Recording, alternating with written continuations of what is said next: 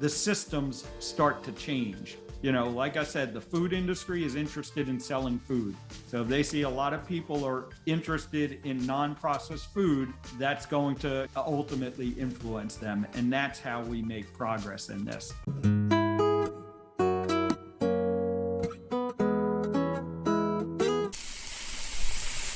Hi, everyone. Welcome back to the channel. I am so honored today to have Dr. Ovadia. This is a man that I've been able to spend a couple of moments with. We hung out in Reversed a little bit. We hung out at Low Carb Denver a little bit. And I know that you've been involved with educating people about where the true risk is with cardiovascular. Absolutely. Just give us an introduction. Tell us what your work experience has been and what your main arenas are. Sure thing. And it's great to be able to virtually hang out with you here. And all those experiences hanging out with you were great.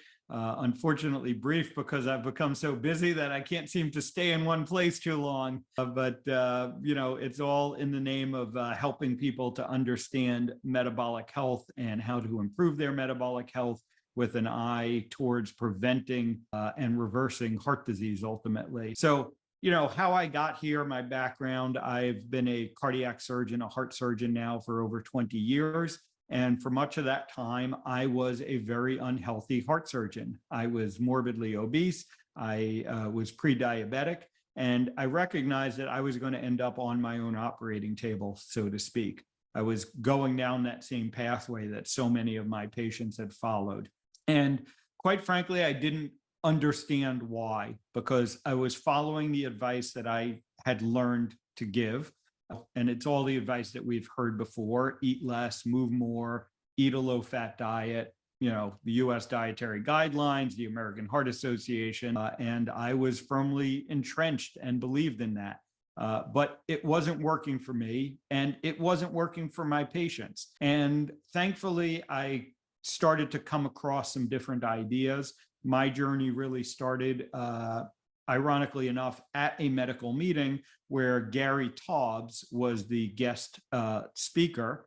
And at that time, he had just written the case against sugar. And, you know, I was listening to him speak about the concepts that the types of food that we eat are more important than the amount of food that we eat. And it's not about low fat. It's really about low carb and low sugar. And so it made sense. I read his books. I went on, you know, I started eliminating sugar and then went on a low carb diet, and I had great success. Lost a lot of weight, reversed my pre-diabetes, really, you know, felt the best of my life. And then I started to ask why. And I started to ask, you know, why this works and why hadn't I heard about it before?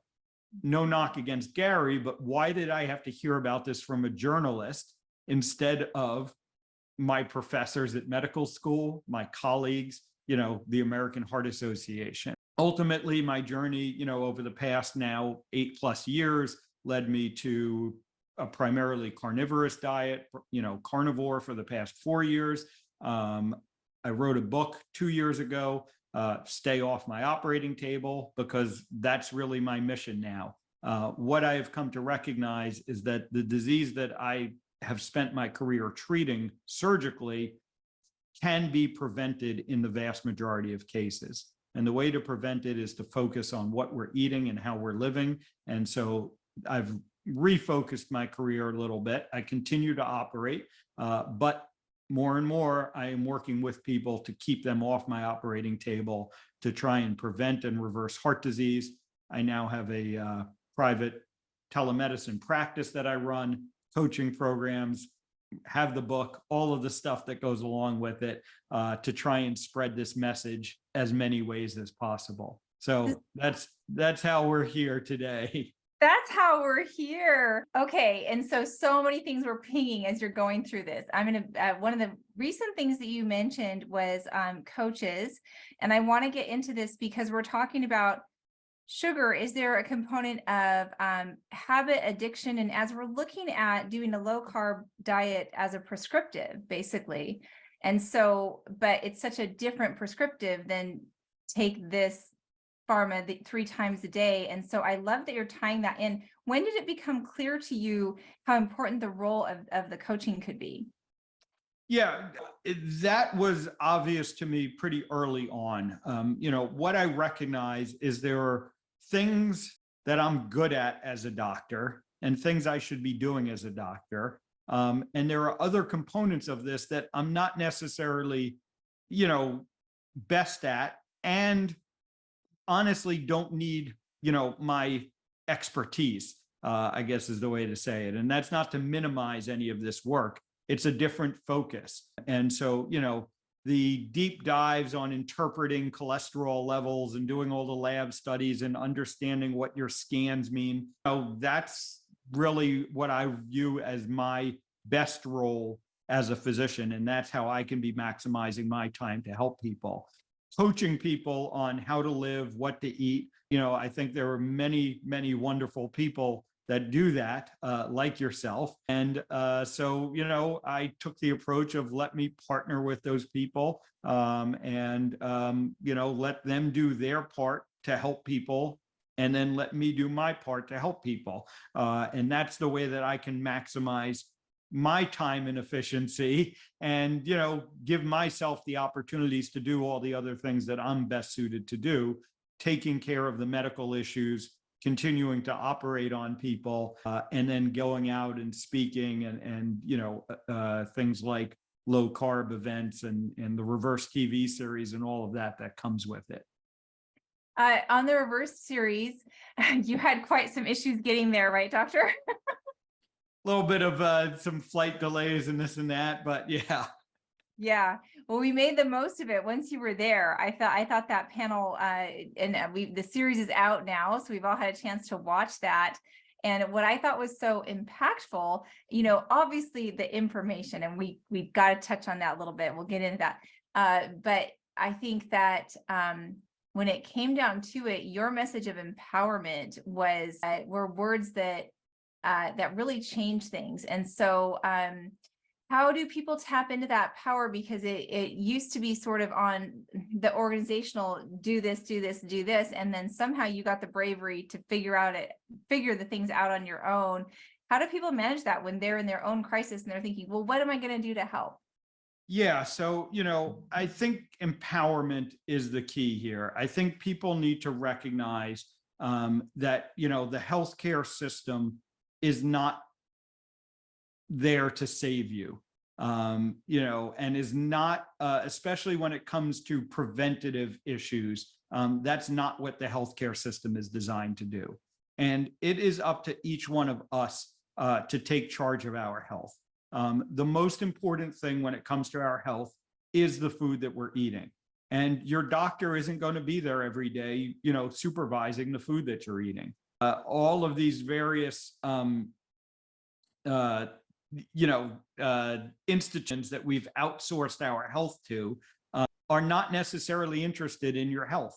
The pharmaceutical industry isn't interested in keeping you healthy. They're interested in selling you pharmaceuticals.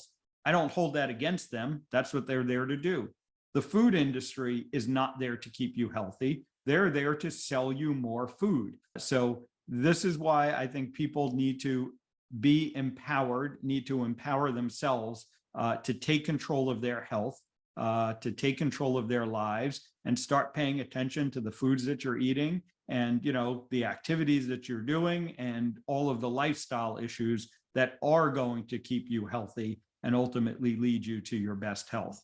So when you're looking about sugar and talking about sugar, how is sugar related to cardiovascular disease and cardiovascular issues? Yeah, so I think that ultimately, when we look at heart disease and what's at the root cause of heart disease, contrary to what we've all heard, which is that cholesterol, dietary cholesterol, saturated fat is the root cause of heart disease. What turns out really is at the root cause of heart disease is insulin resistance and inflammation of our blood vessels. And the primary driver of insulin resistance is processed food and all its components. And sugar is a big part of that. The vegetable and the seed oils are a big part of that. And these are the things that are driving the epidemic of heart disease. And not only heart disease, but most of these chronic diseases that we see in society today, things like diabetes and many forms of cancer. And when we specifically look at the evidence around heart disease, what we see is that insulin resistance, diabetes, these are the major drivers of heart disease. These are the biggest risk factors for heart disease. And so we now know that the best way to reverse insulin resistance is with low carbohydrate diets. The best way to reverse type 2 diabetes is low carbohydrate diets. We now have multiple studies showing this. So, that's why I think sugar should be our primary focus. And really, I extend that beyond sugar to processed food in general. That should be our focus when we're thinking about how we should be preventing heart disease and these other chronic diseases. So when you're talking about the blood vessel walls, and so we're just help break that down a little bit. Like, for example, I love Michelle Hearn and talked with her lately, and she's going to be involved with some, I don't want to say a revamp of the dietary guide, but an accessory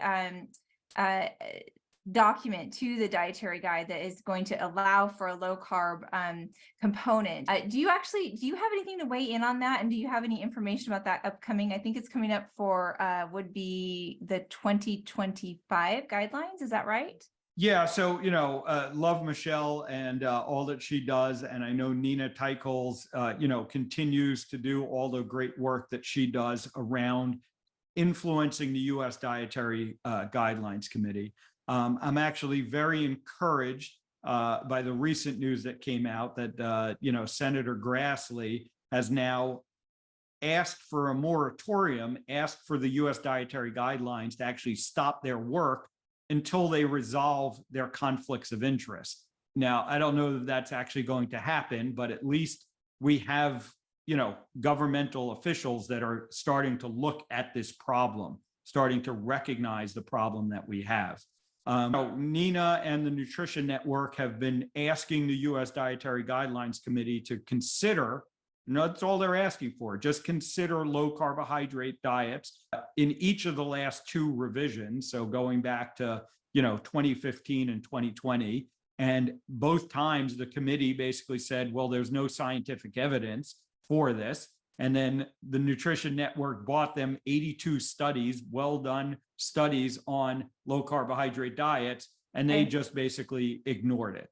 And unfortunately, they seem to be heading down the same pathway for 2025. So I'm hoping, that Nina, Michelle, Senator Grassley, all of these people can start to have some influence, and we can at least get low carbohydrate diets recognized as a viable tool. Now, yeah, she mentioned that Finney and Volek were also going to be on the panel. And so just names that are out there that I've, heard that, so I was so excited that something was going somewhere. Yeah, exactly. And there has been other, cracks of light, I guess you could say, that have come through. The American Diabetes Association 2 or 3 years ago recognized low carbohydrate diets as a viable tool in the management of type 2 diabetes. So there is, there is some hope. There is some progress being made, but there's still a lot of work to be done. And again, this is where I come back to the individual and the individual empowerment. We don't have to follow the U.S. Dietary Guidelines. Now, unfortunately, they have a large influence, and when you look at things like hospitals and schools, and of course, they very much influence the types of food that are available to us, in supermarkets, in restaurants. But, like you and I and, all the people in our community have shown, you can opt out of the system. You can just say, I'm not going to eat that stuff. I'm going to eat this stuff that makes me feel better, and better improves my health, and just keep bucking against the system. And ultimately, that becomes powerful when enough people start sort of voting with their dollars and not going along with this advice. the systems start to change. Like I said, the food industry is interested in selling food. So if they see a lot of people are interested in non-processed food, that's going to, ultimately influence them. And that's how we make progress in this. So much hope. I love what you say that there's cracks and there's light coming in the cracks. So one thing that she was telling me about is this illustration that I've heard, and I'm sure you've heard this before, is she's talking about that the back to the blood vessels, that the blood vessels are like a asphalt. Have you heard her talk about this? I don't think I've heard this particular analogy. Okay. I'm gonna see if I can retell it and see what you think about it. Okay, so it's basically like a pothole is happening in the periphery of the vessels. And so the way that she looks at it is that the LDL is coming to actually like soothe out and smooth out and heal the pothole. And that, it's getting blamed, that we're bringing in the helper as the blame for it. Can you expand on that a little bit? And is that getting in the ballpark of ways that you visualize what's happening inside those vessels? Yeah, so that is very relevant, very good way to think about it. The primary process, this inciting process that leads to the development of atherosclerotic heart disease, build up a plaque in the blood vessels of the heart, is damage to the blood vessel wall. So, again, cholesterol, LDL cholesterol and all types of cholesterol are in our bloodstream all of the time, from birth until death. So why, the question has always become, why does it all of a sudden start sticking to blood vessel walls, building up into these plaques? And again, the theory, the hypothesis was that you just get too much cholesterol, and this sort of somehow causes the cholesterol to start to stick to your blood vessel walls. But the reality is that the blood vessel wall needs to be damaged in the first place. And then the cholesterol comes in. And even more so is if that cholesterol itself is damaged or dysfunctional, it's going to now get stuck in the blood vessel wall. And it's going to start to accumulate and form these plaques. And there are other things that are involved as well. But the bottom line is, if you don't damage the blood vessel wall and the cholesterol itself is not damaged and dysfunctional, you're not going to end up with this problem. So rather than just trying to lower the cholesterol, what we should be focused on is what's damaging the blood vessel wall and what's damaging the cholesterol. This is fascinating. I want to get into, so we've all heard this about the walls, and okay, I've heard an example put out there that sugar inflammatory agents are like shards that kind of nick at it or something, that poke at it, that could be causing this pothole. I want to get your feedback on that. And then I really want to get into, okay, what is damaged cholesterol? I'm not sure I'm familiar with this. So start with the shards. Yeah.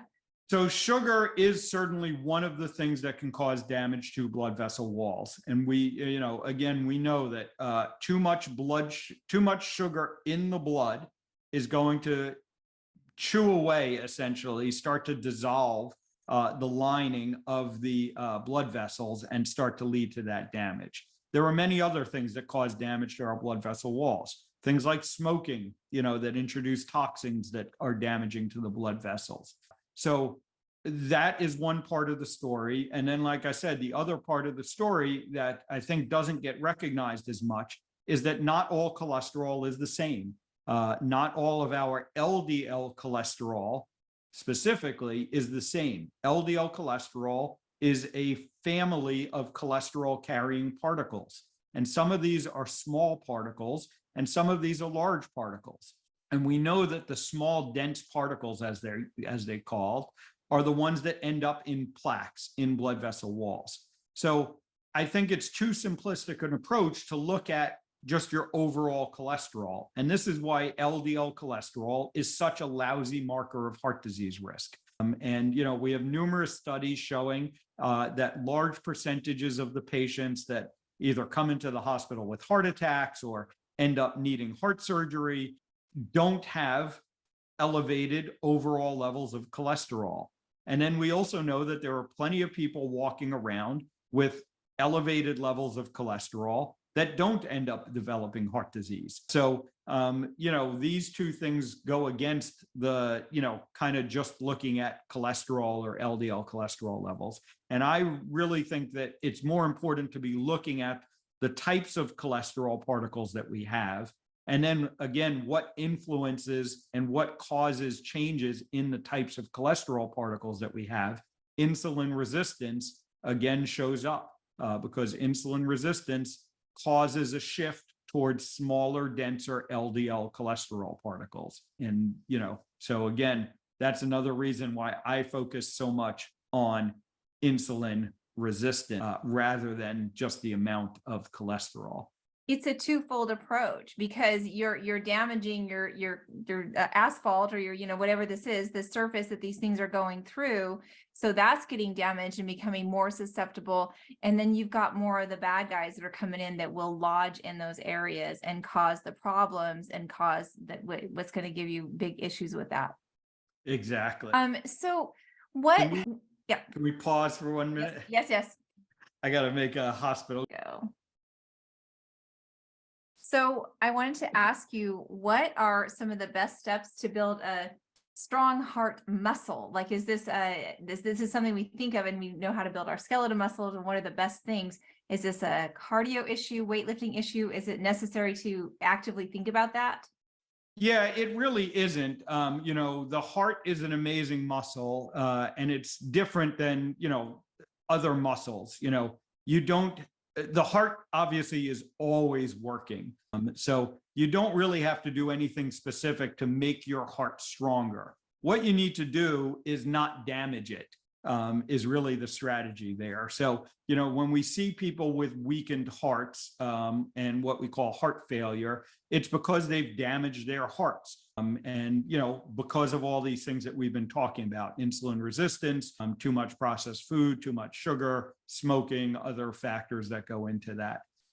For general health, when we're talking about exercise, I still prioritize building muscle elsewhere, outside your heart, resistance exercises. And cardio is, it's not that cardio is a bad thing or cardio is harmful. It's just that cardio is less efficient, I would say. And specifically, when I see people that are trying to out-exercise their bad diet by doing a lot of cardio, that is clearly, not a good strategy. But, when we're talking about building our heart muscle, it's really more of an issue of don't damage your heart muscle, and your heart muscle will take care of itself.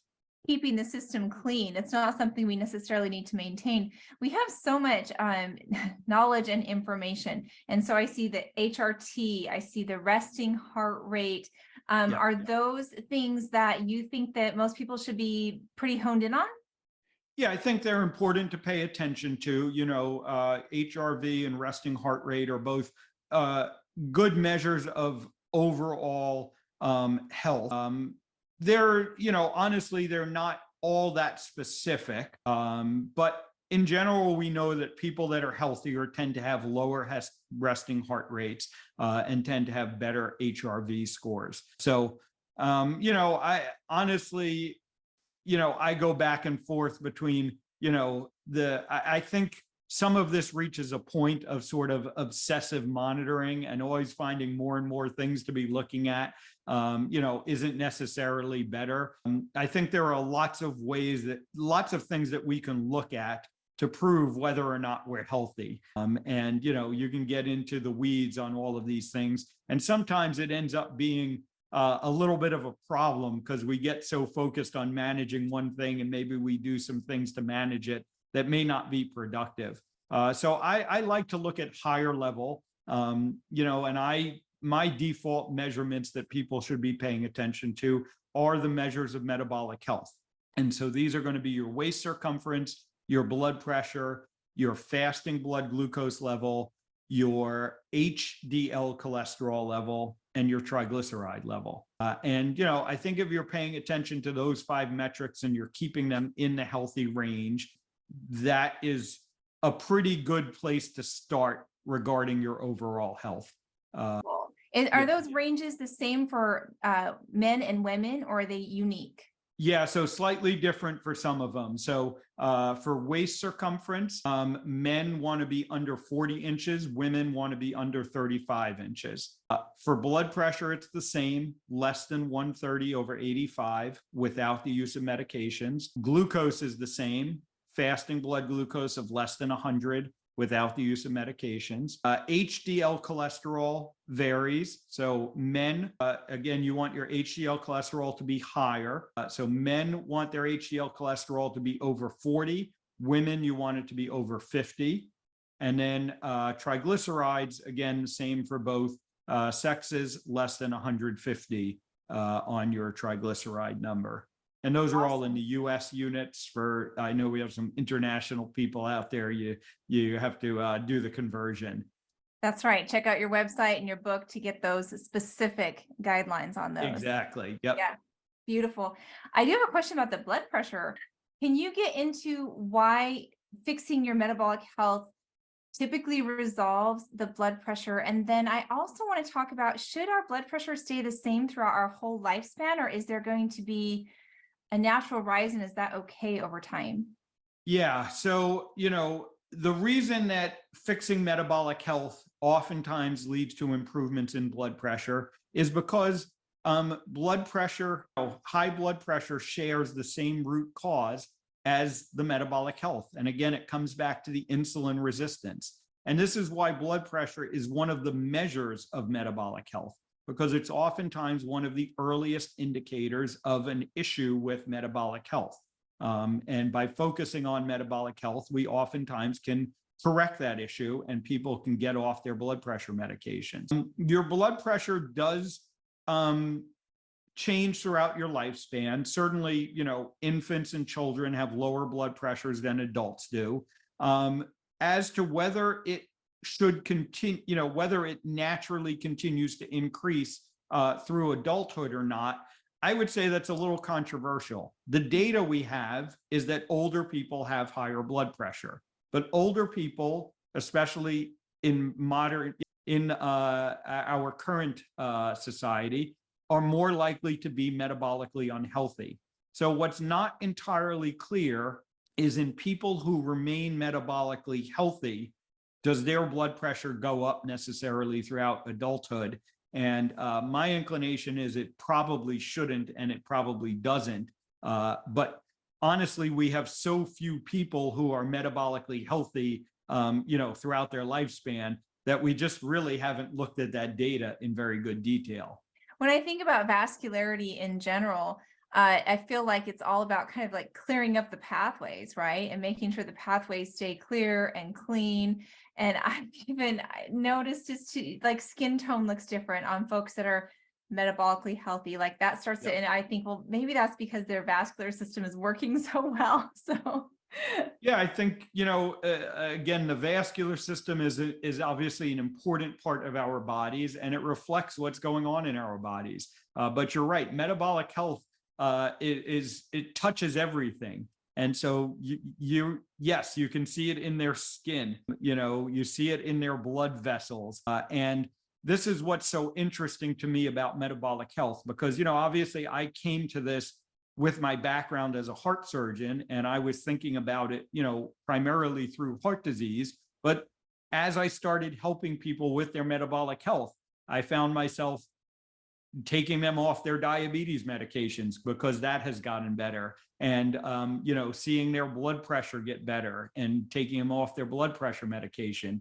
and seeing their thyroid and their hormonal problems start to resolve, and all of these other issues, all of the autoimmune conditions that we see improved when people eliminate processed food and start focusing on their metabolic health. So it makes a lot of sense, that what improves one part of the body is going to improve other parts of the body as well. And this is where I come back to the sort of, contradictory thought that when we look at people, for instance, on ketogenic diets that, reverse their diabetes, reverse their high blood pressure, improve all of these parameters of health, yet we get concerned because one number moves in a direction that we think is unhealthy, the LDL cholesterol. And that's a reason that people get told that they should stop doing these diets, despite the fact that it has improved everything else. And we don't stop back to think, well, maybe it's not a bad thing that the LDL is moving in that direction. If everything else is moving in a better direction, why would this one measure be opposite? We have to look at the whole picture. So when we're talking about diet and improving health, most people think, people still tell me so often that I have high blood pressure. I need to reduce my salt. Is too much salt, where do you stand on that? Yeah. So again, it really comes down to, what do you mean when you say salt, and where is that salt coming from? Right. Because the majority of the salt in the American diet comes from processed food. And salt as a part of processed food, clearly problematic.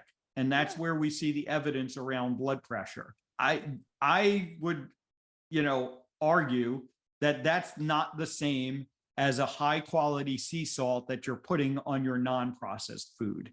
And there is actually some evidence that contradicts the whole salt and blood pressure linkage. And again, I think a reason why we got confused about this is because it's not really the salt, it's the processed food. But we pointed to the salt as one component of the processed food. And yeah, you can show that people that eat more salt, consume more salt, end up with higher blood pressure. But most of that salt is in the context of processed food. So yeah. I have no reservations in recommending to people with high blood pressure that, for instance, are doing carnivore diets or starting low carbohydrate diets, that we know oftentimes you need extra salt and extra electrolytes as your body makes that transition. I have no problems recommending to them that they increase their salt intake. Okay, I have a general question. I don't know if this is going to be just way too out there, but heart palpitations. I get so many folks in communities that are saying, I start a low carb diet and all of a sudden I have heart palpitations, or, we do some fasting and, that I have heart palpitations. Like, what are some of the big things to look at when that's happening? And what are some go to the emergency room now issues? Yeah. So in general, heart palpitations are not particularly dangerous, but when they're occurring frequently, they can be an indicator of a problem. One of the interesting things that I've noticed, I guess, in people who are improving their metabolic health, starting low carbohydrate diets, is they just become more in tune to their bodies. And so, they kind of perceive their heart rate more, their heartbeat more. And some people will, kind of interpret that as a palpitation when it may not be. But certainly if you're frequently feeling like your heart rate is irregular, if you're feeling your pulse and it's irregular, that's a concern, and that's something that should be, looked at. From a physiological standpoint, is there something that could be coming just with the low carb diet, or is it just mostly what you're saying about you feel everything more? Yeah, the only issue that may come in there, like what we talked about earlier, is the electrolyte issue. So if your electrolytes are off, that can have an influence on your heart rate. And you may want to pay attention to your electrolytes in that situation. Magnesium in particular. One of the roles of magnesium in the body is it is kind of a regulator of the heart rate. So, interestingly, a condition called atrial fibrillation, which is an irregular heartbeat, different than just palpitations. But one of the treatments for that is to give magnesium, because magnesium helps to basically regulate the electrical system of the heart. So when people are first transitioning to low carbohydrate diets, electrolytes can be a big issue, magnesium being one of those. And that could be one of the reasons that people might get some of these symptoms. I have a question about vegetables and fiber. In our world, there's a lot of talk about, that they can be damaging, that there's oxalates, that they're unnecessary. What are the cardiovascular features around vegetables and fibers? Are there concerns about them from a cardiovascular system perspective? Not in particular that I would say. Oxalates maybe, can cause some issues in the heart with the heart muscle, cause maybe a contributor to sort of stiffening of the heart muscle. Very, unclear science behind that, I would say, but there has been some implications. But in general, I don't think that, it really is much of an issue for the heart in particular. I really look at that as more of an issue around the gut and gut health. And again, leaky gut is one of the things that's going to cause inflammation that's ultimately going to damage your blood vessels. So, I think it's important. I don't think it has so much a direct impact on the heart, but by it has proxy with stimulating your immune system overall and just kind of overstimulating a reactivity overall. That's what I thought. I was like, we talk about these issues a lot. I want to see what he has to say about this. And then when it comes to supplements, are there supplements that you routinely advise, even if people are on a low carbohydrate diet specifically for cardiac health, for cardiovascular health? Yeah, there really isn't. I'm not a big fan of sort of blanket supplementation. I think a well-rounded, whole real food diet, certainly a carnivore, heavy diet or a carnivore-based diet, it should really be getting you all of the nutrients that you need. Now, there certainly are many specific situations where we have deficiencies and we should be supplementing, sometimes just in the short term, but other times longer term. When it comes to people who have heart disease already, and they're trying to slow the progression, there may be some supplements that are useful in that arena. And specifically, I usually talk about vitamin K2, vitamin D3, magnesium, may play a role in slowing the progression of heart disease or trying to reverse heart disease. But in general, I'm not a big fan of blanket supplementation. And I think, a well-rounded, whole real food diet gets us all the nutrients that we need. And by well-rounded probably isn't the right term. I think an animal-based whole real food diet is what I should say, should get you all of the essential nutrients that you need. Beautiful. This has been so amazing and informative today, Doctor. I appreciate your feedback on this. You are a wealth of knowledge and, a real icon in our space. Are you doing any more conferences this year? Do you have any things that you're planned out for speaking engagements? I don't have any upcoming speaking engagements that I can think of. They always seem to pop up. Probably there is actually going to be 2 low-carb metabolic health conferences in Florida in January that I'll most likely be at. And then a lot of my stuff comes up sort of last minute. But in general, just working on some stuff behind the scenes, I'll say, on unifying the metabolic health community and trying to develop a platform that can really bring together the metabolic health community and give a unified source of information for people, ways to connect with the practitioners. So that's kind of a bigger project that we're working on behind the scenes. Ooh, and more to come about that. Exciting. I can't wait to hear more.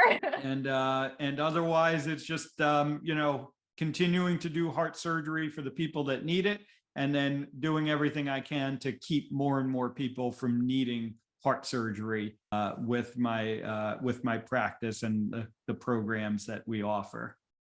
Well, I definitely recommend that people check out your book. It's an excellent resource.